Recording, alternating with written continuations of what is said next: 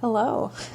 This video is like super duper late from what I originally wanted it to come out with. I pushed it back a lot because keeping it 100, I had so much lack of motivation this year, like really bummed me out, which I'll get into in a little bit, the exact reason why.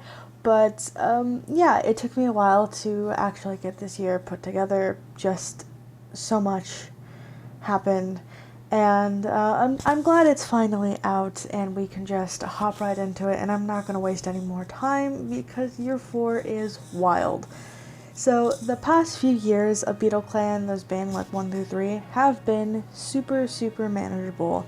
Cats would die, more would be born, and there was always this really comfortable balance of life and death in the clan. But this year, Starclan called so many of their own to Silverpelt, and danger circled on all sides, leaving everyone else who is still alive extremely tense.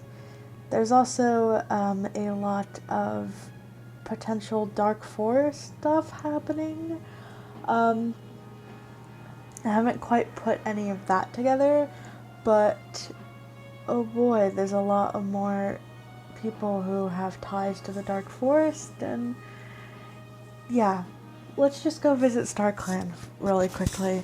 So, the new year was welcomed with a really unfortunate death. Snake Kit, one of the children of Heatherbird and Root Whisker, died from yellow cough, and that marked an undeniable pattern of death for the year. Her death in particular was really upsetting, especially because I have such bad luck with kits in this game. The second they get sick, they just die, and her death is the first of the largest death count that I've seen in Beetleclan so far, which is stressful. um, and wild. It sucks because I think she could have been a really interesting character, but just really quick on taken out after getting sick.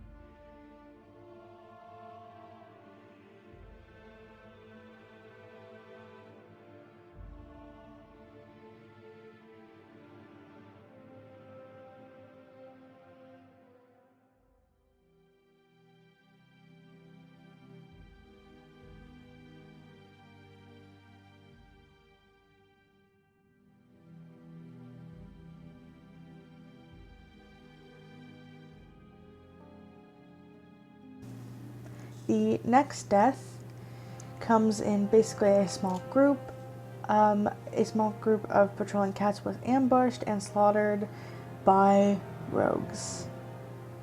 Spot Ghost, the son of the deputy trout bull and a warrior Heathtail, had just been named a warrior at 13 wounds old.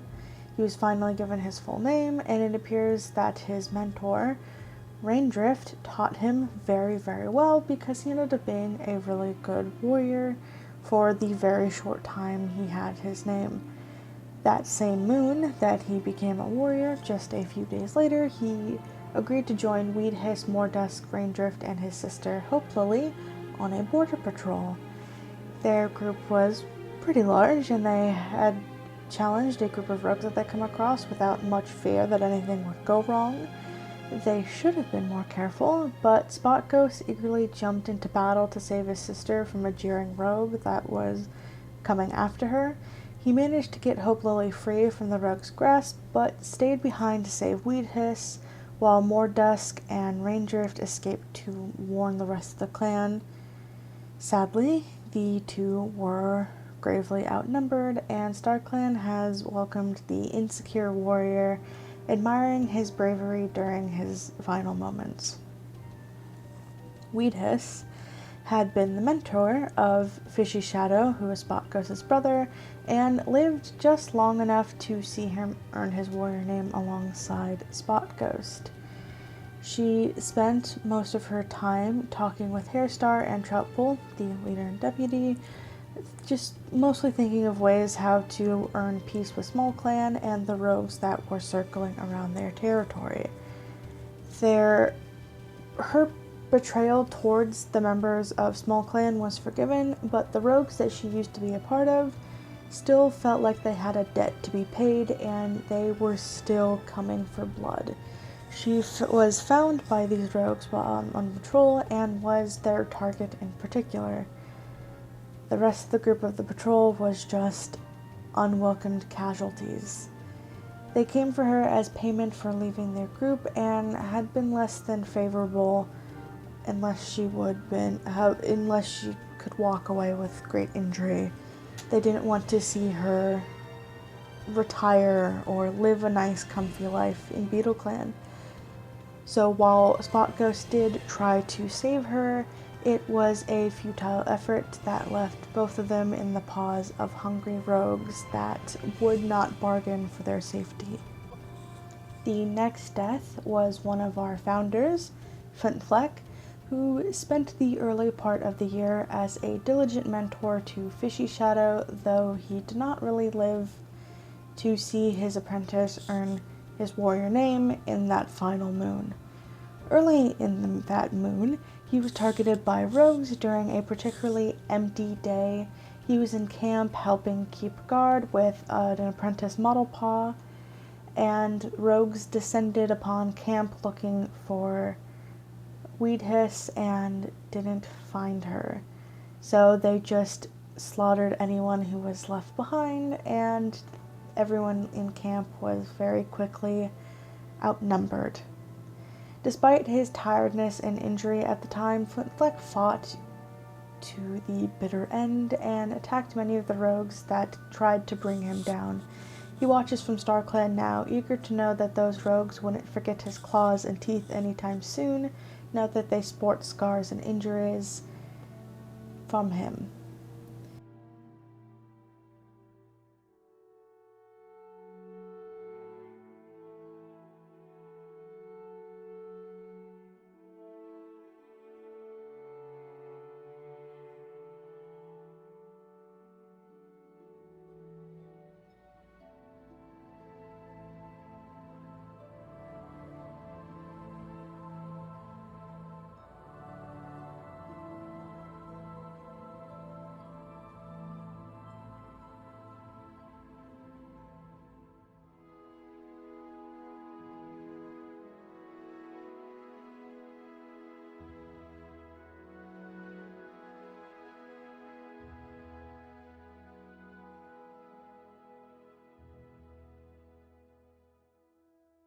In a similar vein, we have Model Paw, who was a charismatic apprentice, happily apprenticed to Heathtail.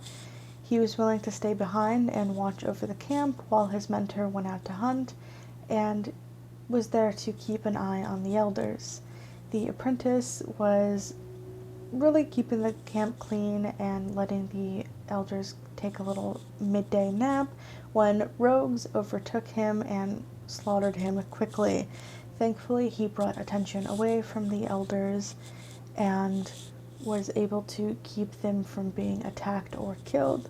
But only 2 moons were full of instruction of how to hunt and fight, and neither were enough to train this young apprentice enough to defend himself from the seasoned age claws of warriors.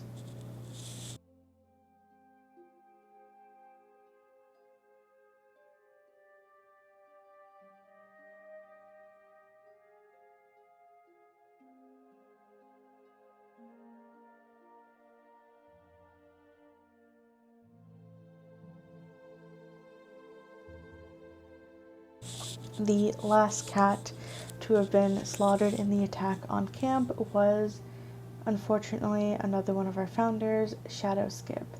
He'd been attacked by a hawk earlier that year and was dropped, earning a horribly broken bone, but also a bitter survival.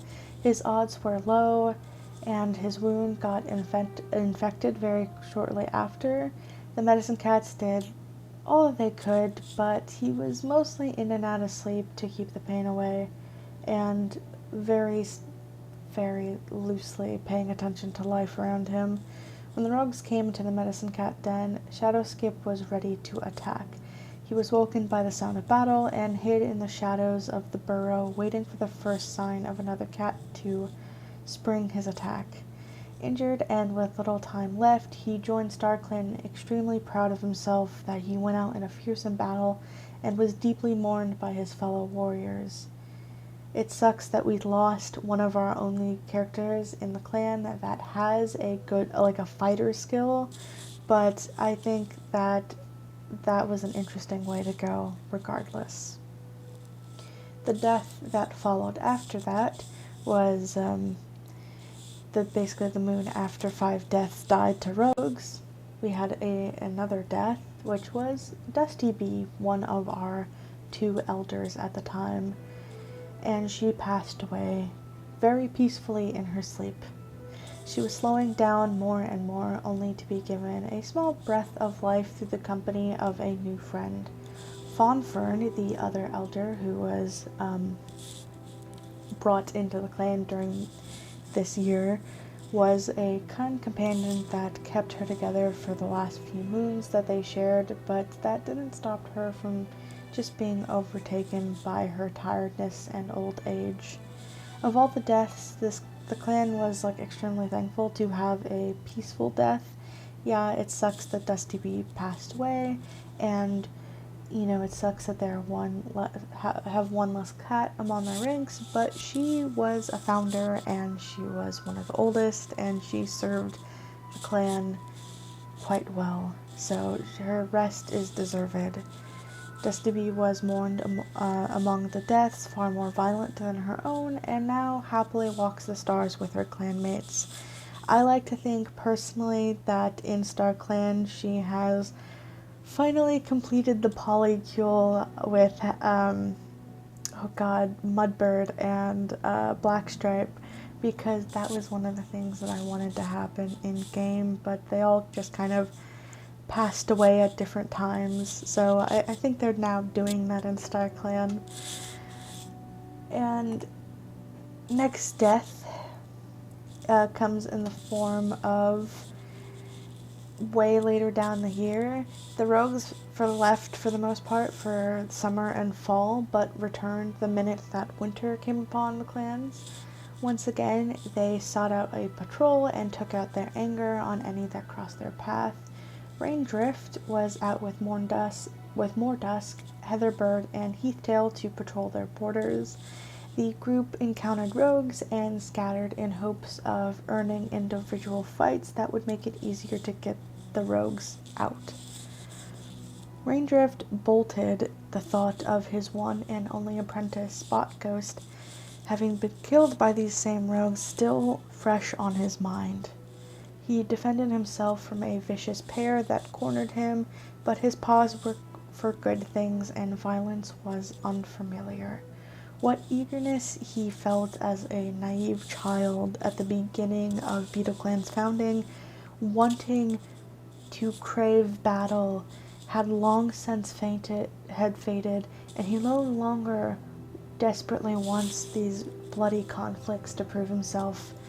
Now in Starclan, Raindrift hopes that he can guide Beetleclan's future to be better, to keep their youth out of, danger and bloodshed, and that they can have brighter hopes and futures than he had himself. Part of him wants to make sure that none of them are unprepared for the conflict that he was a part of with these rogues, but another part of him wishes that cats of the future can only see peace and good things. I'm actually really sad he's dead, because I liked him a lot.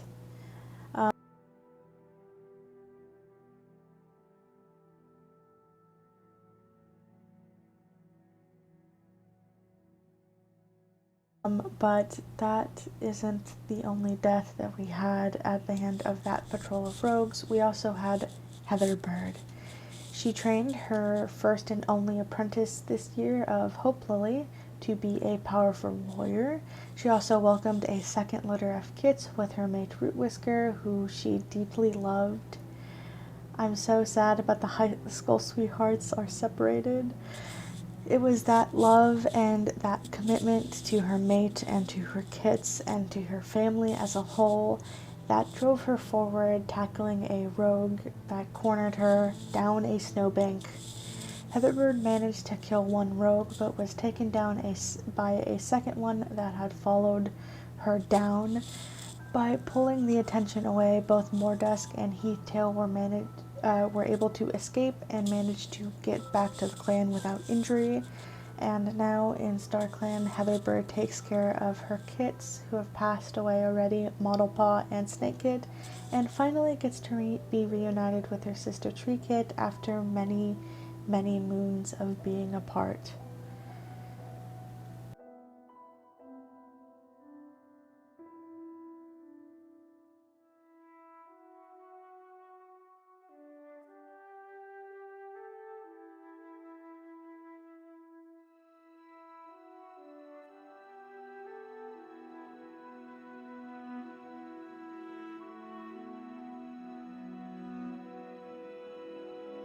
The last death of the year was the elder Fawnfern. He was a kitty pet that belonged to an elderly couple and was repeatedly kicked out by relatives after that couple's death. After he kept coming back to the house, somebody got desperate and tried to drown him in a bag, only for him to be rescued by a patrol of Beetleclan cats who were conveniently there. Even though he was very thankful, Fawnfern never really got over his loss and was cold to the cats around him, barely sparing friendliness except around Dusty Bee, who was the only other cat his age. He lost his only friend when she died of old age, and that led to an unfortunate habit of him taking long walks alone in hopes of clearing his mind or feeling more comfortable. On one of these walks, he got frostbite and died shortly after due to having a generally weakened immune system that just couldn't handle fighting off frostbite. Starclan is unfamiliar to him, but not unwelcomed, and there's plenty of space for him to just walk among the stars alone and not invading history he wasn't a part of. Now, that kind of just concludes all of the whopping 10 deaths of Starclan this year. It's the most I've had in a year for Beetleclan so far, and a lot of them were by rogues, which I think is really unfortunate. That's I think it's 7 rogue deaths. That's way too many in my book. And the amount of cats who were born into the clan really doesn't offset it much. So yeah, let's just get into the clan and see where everyone is and meet some of the new members.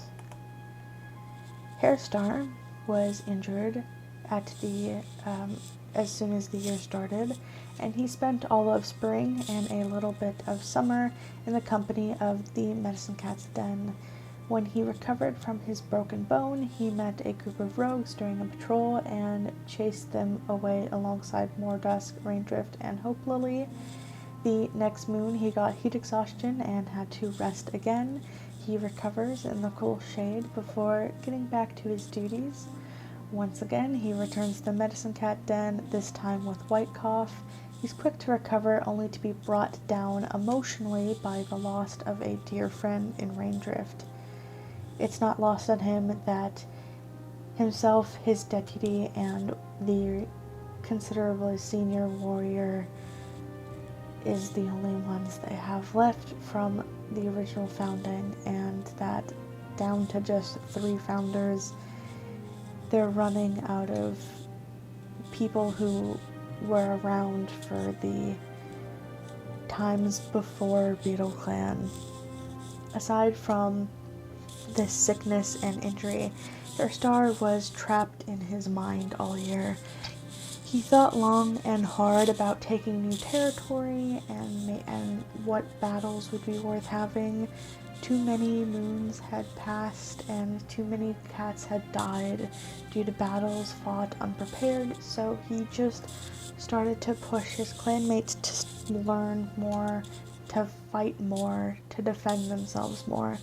Apprentices that would have waited to learn fighting moves a lot later into their training were given tiring training sessions early on. Peace was maintained this way with Small Clan and keeping the rogues at bay, as Small Clan 2 had been facing a similar issue, but it didn't feel right. Hairstar is trying to force this peace to last while focusing on the safety of his clan. Of his own warriors, he's closest with Root Whisker, Wet Ivy, and Mordusk, as well as the healer Honey Eagle. I think Honey Eagle is probably someone he considers his best friend, or one of his best friends, and he often goes to her for religious guidance. He still has no more romantic interest in anyone besides Heathtail, but I really don't see that going anywhere because Heathtail is pretty committed to his own relationships, and it makes me a little bit sad because I wish Hairstar could leave a legacy behind in Beetleclan, with a family or have a mate or just have someone who was not, his deputy or his friends that he could have reliance in. And speaking of his deputy, no cat has had a harder year than Troutpool. They were left in charge most of the year, keeping the clan running while Hairstar was continually sick and injured. She earned the apprentice of Milk Thistle as her second and nicely balanced her responsibilities as deputy and as a mentor. Shadowskip's death was deeply mourned, only to be followed by her mourning the death of both Dusty Bee and Spot Ghost, her son in the next moon. Later, they mourned the loss of Raindrift and was deeply saddened that only 3 of the 9 original founders left, meaning that 2/3 of the original Beetleclan was dead. The entire year was full of training. Troutpool took point on keeping the apprentices battle ready, and many grew into strong warriors that could, for the most part, defend themselves. She was both pleased that the youth were prepared, but also horrified that several were raised around battle and enemies just as she had been as a child that was raised during the wars before Beetleclan. Surrounded by grief and completely spread thin, Troutpool found comfort in their family. Heathtail was there to help her, and their 2 surviving kits, Fishy Shadow and Hope Lily, and they kept her happy and feeling just as a unit together. Nothing was more exciting than being a grandmother, though, as Hope Lily announced about halfway during the year that they were having a litter of kits, and that just gave a new pep in the step of our deputy. In the medicine den, things are a bit more tense and difficult.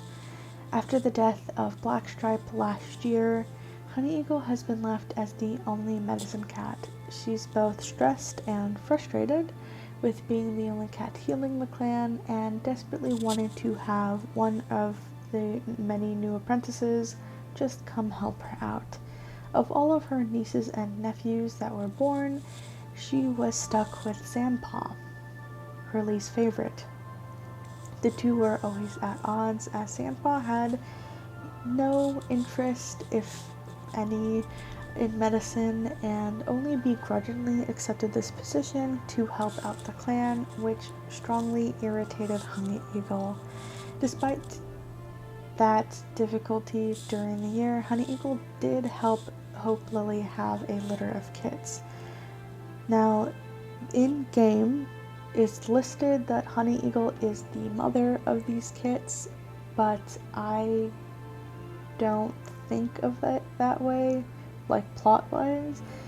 To me, it's just that Honey Eagle found a surrogate being like a medicine cat, she probably just knows, or just could find one, you know.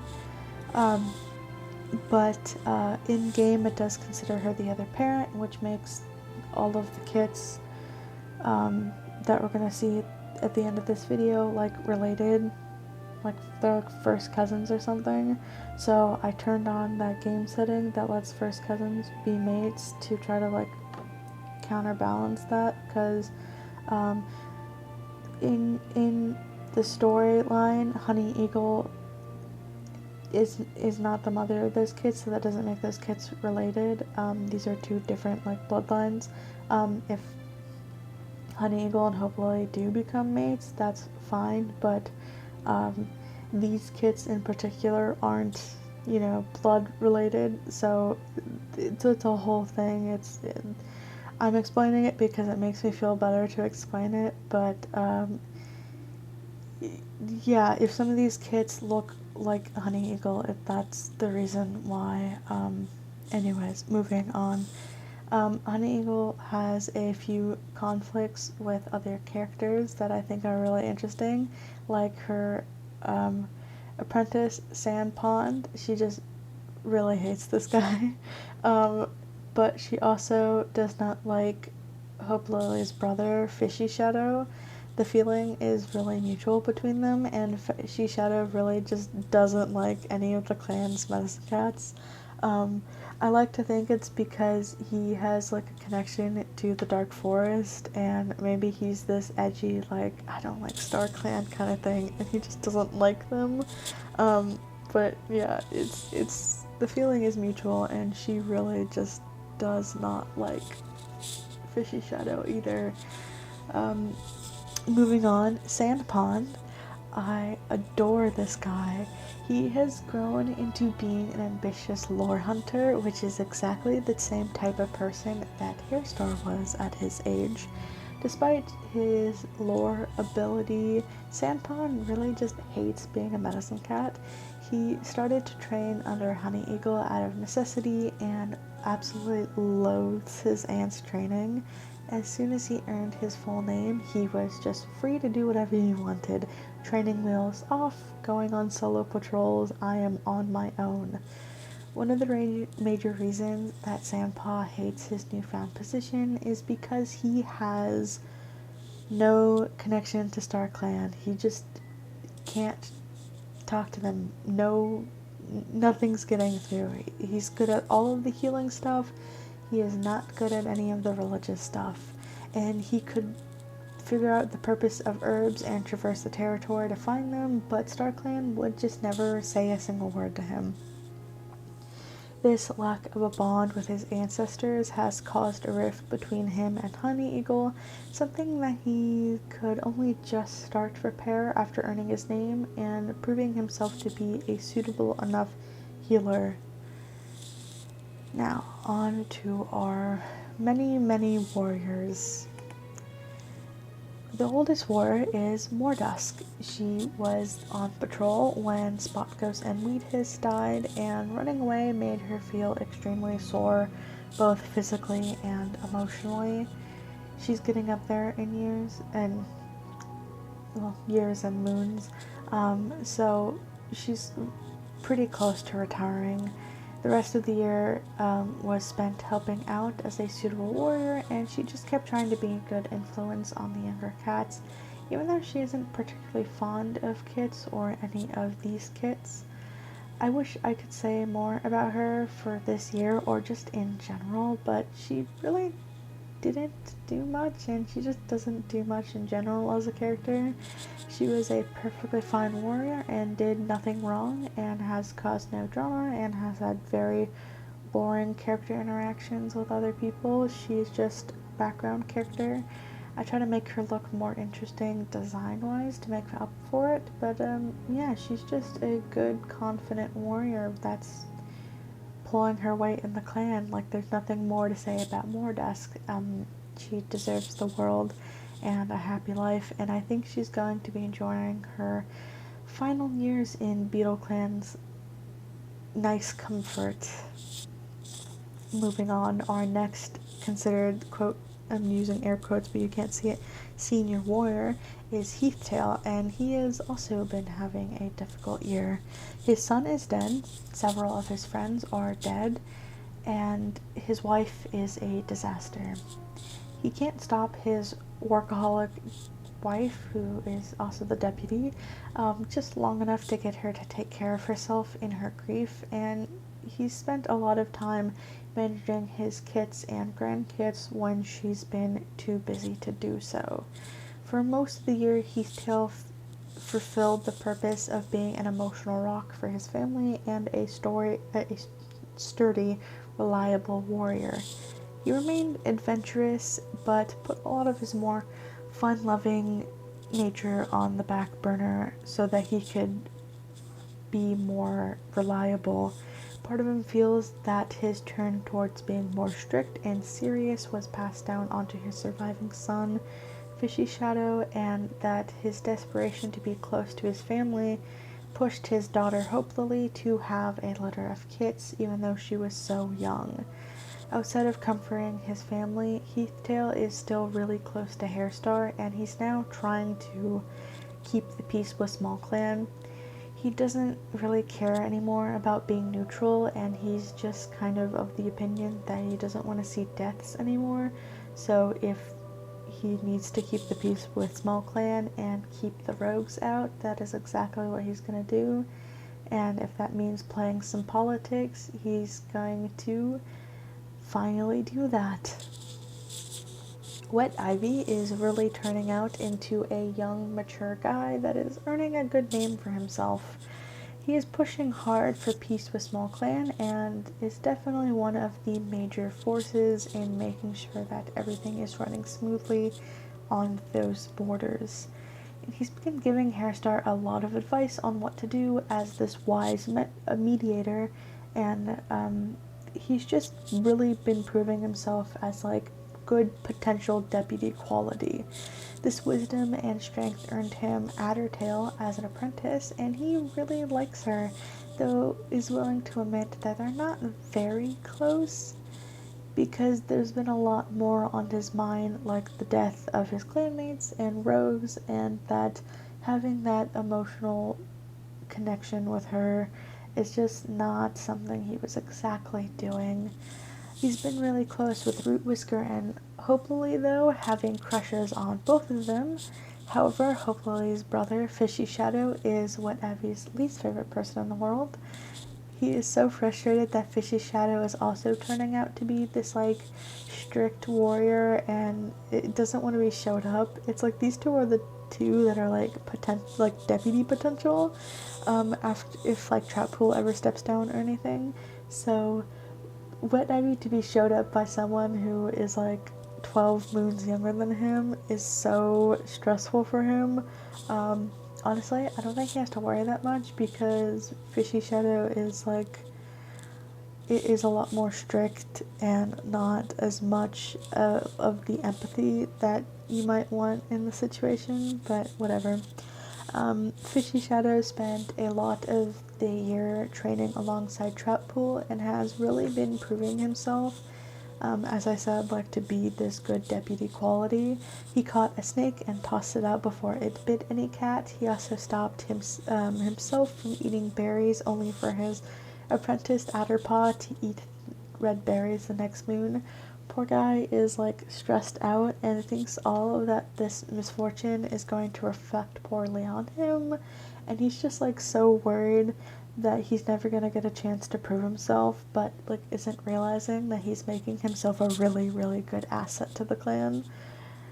Poor guy. Fishy Shadow. Now this guy worries me so badly.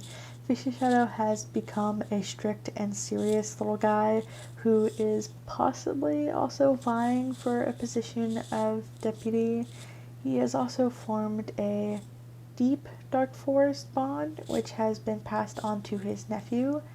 And he's just full of hate for a lot of members of his clan. To name a few, that's Sandpond, Honey Eagle, and Root Whisker. While he doesn't exactly hate Wet Ivy, he's still willing to butt heads with just about anyone, and Wet Ivy just really doesn't like him. This actually brings up a point that I've been kind of thinking about for a while, particularly because of his mom, Troutpool, and that is, I am not sure where to put these cats who have dark forest bonds when they die, because like part of Troutpool's story is that she was very violent in her youth and had a lot of these connections to the dark forest when she was younger, but as she's grown up, she's matured and has definitely strayed a lot more towards Starclan and being peaceful, so to put her in the dark forest feels bad. And Fishy Shadow has this deep dark forest bond, but that doesn't exactly translate to like being evil. Like, he hasn't done anything, he's just kind of upset a lot. So I'm sure I'll come up with something, but yeah, that's something I'm thinking about. I'm not exactly sure if I should send like him to the dark forest if he does. Not that I think he's gonna be dying anytime soon. Knocking on wood. Where's wood? That's wood. I got wood nearby. A table. Anyways, during most of his apprenticeship, Fishy Paw was trained by Flintfleck, who managed to cover a lot of the training, but that was taken over by Mordesk after Flintfleck passed away. He didn't really get along with his siblings as they were growing up, and while he does enjoy being around Hope Lily, that dislike bar is only growing higher and higher as the moons go on, and he hasn't done anything yet, but if you told me Fishy Shadow in the next year is gonna do something wild and crazy and like snap and kill someone, I wouldn't be too shocked. Moving on to our young warriors, we have Mudbreeze. Mudbreeze, as a kit, was a little bully at the beginning of the year, but has since grown into a much better and more well-adjusted cat. As a warrior, he's strange and has a strong relationship with his littermates and his younger siblings. As an apprentice, Mudpaw trained under his mom, Rootwhisker, who really mellowed him out. He's still bickering and fighting, but he soon outgrew it in favor of just being a weird little guy. I would also say that I did forget his little heart markings when I drew him last time, so they are on full view this time.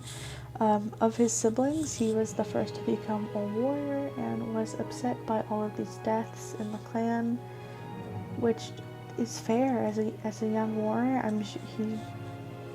It's not, too far-fetched for him to look at all these cats dying and go, I could be next. And it really made him appreciate life far more, and he's seen that he's taken for granted a lot of the kindness of his siblings and of his mother, and just the loss of his other mother. Heather Bird really told him to, hey, appreciate what you got. If Mudbreeze had a little glow up, then Addertail also had fun. She was a shy little girl that always thought about talking to her siblings and forming connections when she was a kit, but she just was never able to overcome that fear of disappointment. Having her apprenticed to Wet Ivy was a really good decision, as the warrior pushed her more and more out of her comfort zone and forced her to make decisions she might have never made before. While out on the territory, Adderpaw stumbled upon a rogue and she had prey with them until she was caught by like a patrol coming by that saw the rogue and scared them away.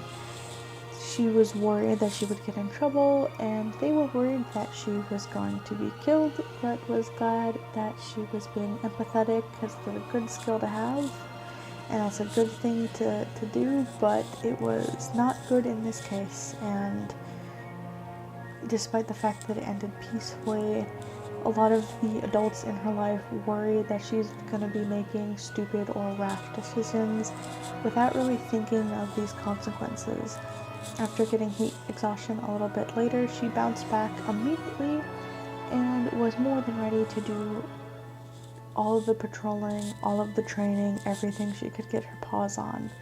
Not long after that, Adderpaw ate some death berries while out on patrol and got poisoned, ending right back in the medicine den.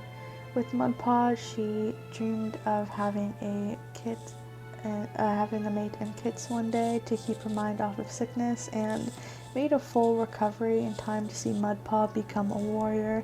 This turned her into a loving warrior, and she earned her name, excited to train one of the many kits alongside her brother. Milk Thistle is the last of this surviving trio. Milkpaw was apprenticed to Troutpool, which was a pretty good choice. He was a nervous little guy that really flourished under the strong deputy's command into a more outgoing and troublesome guy. Just after being named a warrior, he threw a snake at a camp before it could hurt anyone, and just evolved into being this clever and courageous guy, unafraid to take risks, and less so thinking of the consequences or the what-ifs of situations. While on patrol, Milk Thistle was attacked by a dog, and his tail was badly injured in the conflict, but he did get away. As the deaths affected the clan, he was worried that he was going to be another death, and that he was going to leave Beetleclan just one more member down. He's been spending a lot of his time in the medicine den and the camp, just hanging around with the kids, and is worried that his younger siblings are going to grow up in the face of war and conflict, and that his injury is going to lead to an unfortunate and untimely death. Not from the rogues, but just a random death during when Beetleclan needs them the most. Moving into the nursery, we have our first of two queens, Root Whisker. She's had a pretty rough year as well. She lost her mate, who was the love of her life, Heatherbird, to rogues, and two of her kits, one to sickness and one to rogues. And another kit is badly injured and potentially might die. At the start of the year, she was suffering from yellow cough and made a full recovery just after her daughter died of the same thing, which made her feel incredibly guilty. After recovering, she put a lot of her effort into training Mudpaw and just trying to make him a better cat. Root Whisker balanced her mourning of her kits with trying to be present for her children, and did get a bit overbearing at times in attempts to keep them safe and happy during a time that was chaotic and confusing. Suffering from heat exhaustion, Root Whisker managed to survive and quickly had a second litter with Heatherbird, almost in defiance against the rogues that were taking so many away from them. Unfortunately, she's been left to raise this litter alone as Heatherbird passed away, and has been really relying a lot on Hope Lily, who had a litter during the same moon. While she isn't particularly fond of Hope Lily, she's just thankful to have someone else there for her. Another little thing that I want to touch on is this requited romance with Wet Ivy, and a lot of the guilt she feels about having these feelings after she's already lost her mate. Because now she feels if she gets into that romance or even has these feelings, that it's betraying Heatherbird in some way. Even though I think personally Heatherbird would just want her to move on and be happy.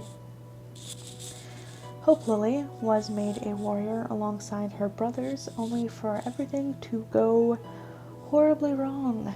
Spot Ghost soon died, Fishy Shadow hates her, and Troutpool and Heathtail were far too busy in their grief of their dead friends to really pay much attention to her. She tried to be optimistic, but her mother's lures to the dark forest seeped into her and Fishy Shadow and drove her into less than favorable consequences.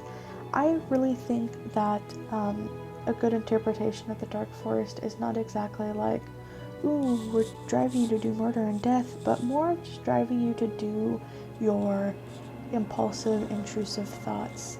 Because, I mean, the whole point of them being intrusive is that you don't want to do them, but you have this darker lure in the back of your mind going, yeah, just do it, just do it, just do it. And one of those things was, for her, trying to solve this issue in her family. Desperate to solve this problem of that her family was facing of just losing too many people and having too much grief, Hope Lily got help from Honey Eagle to have Kits, a decision leaving her a very, very young mother. On top of that, she was in love with both Wet Ivy, who was already in a mutual romance with Root Whisker, but also somewhat reciprocated the feelings, and Honey Eagle, who is neutral about her and has zero romantic interest. At 17 moons old, Hope Lily was a mother to 3 precious kits that were a reflection of her and her own siblings, 2 sons and 1 daughter, with one of those 2 sons having the same draw to the dark forest that her family line has held already. I just really can't wait to see how this family evolves through the future, because dang, there's so much that could go on with this whole lure to the dark forest. But let's go visit Kits, because we have a total of 7. The first of Root Whisker and Heatherbird's second and final litter is Poppy Kit. She is daring and chaotic, confused and lashing out at the loss of her mother. Her grief has left her in a really weird position where she both lashes out at others with this frustration and anger, but also is quick to help with the issues that she causes. I think there's a lot of emotions going on in such a young cat that I hope she has a good apprenticeship and just is able to find friendship and seek emotional health, because Poppy Kit is going through a lot. The next kit is Honey Kit, who is the second daughter and equally as chaotic as her sister, just far more energetic. She has been named after her aunt, Honey Eagle, and though she doesn't exactly look like her, I think it's a really sweet sentiment. She's so full of ideas, just so many ideas, and won't stop talking or even sit still long enough to hear instructions, even though she is never gonna get a diagnosis. I do think she is little kitty ADHD. That's my headcanon, because even though when she's sleeping she still moves around, and I also think she might be a bit of a sleepwalker, or at least just kind of twitchy in her sleep. One of those people who goes to bed in a normal position and then wakes up and they're halfway off the bed and they're the other direction. Yeah, Honey Kit is a very chaotic, energetic little girl. Next is Snow Kit, who is the one and only son of the litter, and probably my favorite of this litter. He's a loud guy, and he really doesn't understand why he's being loud. He just is. Reminds me of that line from Anchorman, which is not a child-appropriate movie, so if you're a minor, don't look it up. But there's the one scene where Brick is I don't know what we're yelling about, and that's just Snow Kit to a T. He just hears everyone talking and he has to raise his voice to be loud. Hopefully he'll learn to be more quiet in the future and just kind of chill out when he grows up a bit, but for now he is loud and he's here, and you can't be in a room with Snow Kit without knowing he's here, because he's gonna yelling in your ear. Wisteria Kit is the last kit of litter, and she is the quiet and polite little girl that is so different from the rest of her siblings. She is quick-witted enough to stay out of trouble and likes to watch over her energetic and chaotic siblings, making sure that they all stay out of trouble and danger. I think she's probably the fastest thinker among them. I'm not exactly sure. I mean, she is quick-witted, but I think that she's also just the most like methodical, and she'd be the quickest to like stop them from doing something stupid, and just keep them on track. And I think that she'd be the one to give a few well-placed comments to direct her siblings from sneaking at a camp or getting into trouble or things like that. So, moving on, we have Hornet Kit, who is the first of 3 kits that Hope Lily had and the first of 2 sons.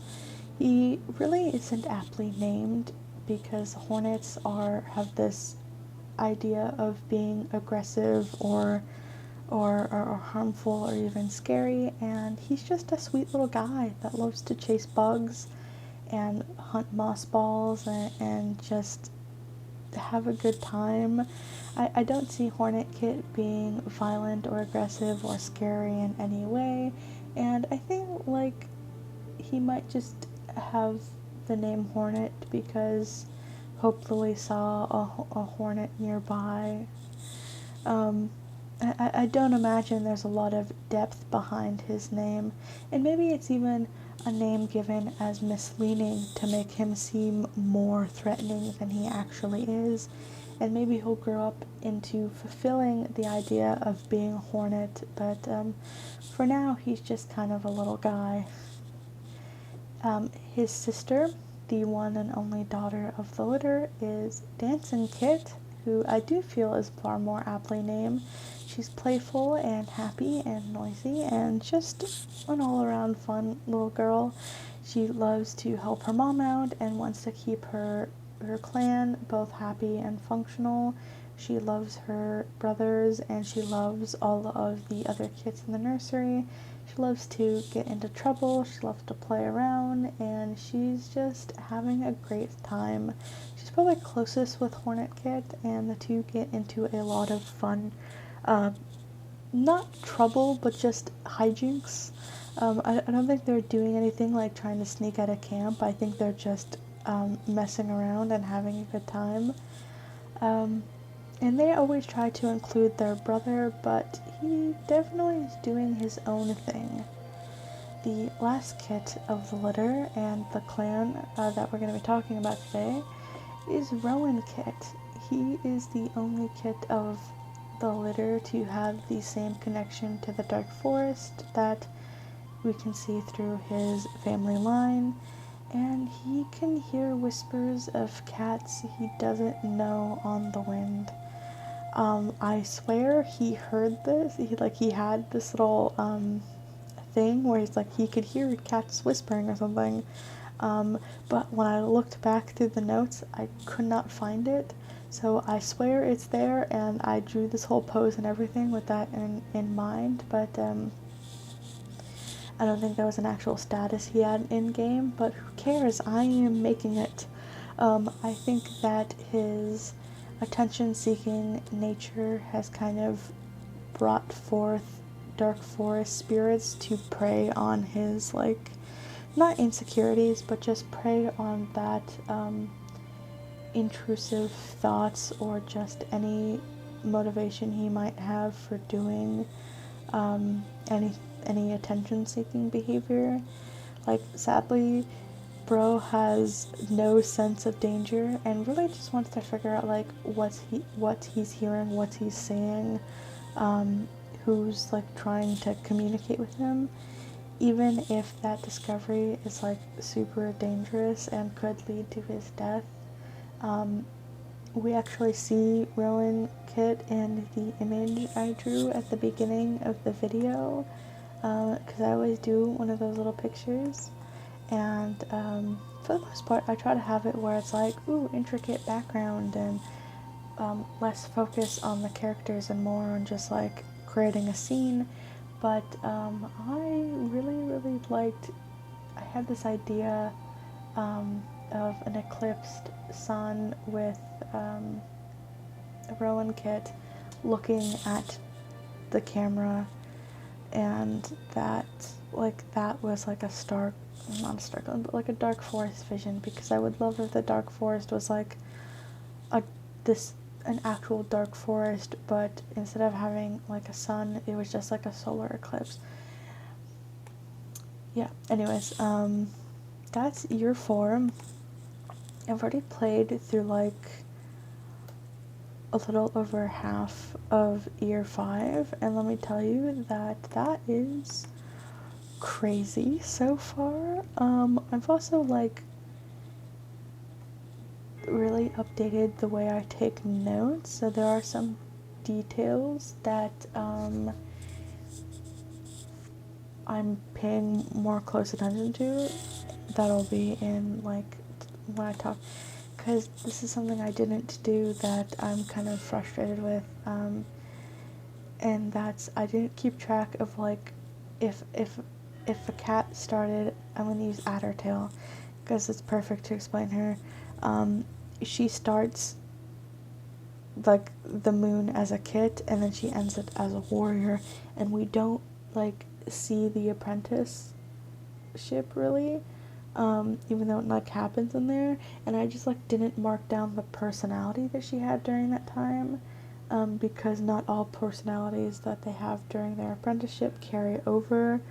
So I've been keeping track of like personalities and stuff, and I've already had a character who from moon 0 of their life to moon 1 of their life changed personalities. And yeah, so I'm doing better note taking, more intricate note taking and stuff, and I really can't wait to do year 5, because it is a doozy, to say the least.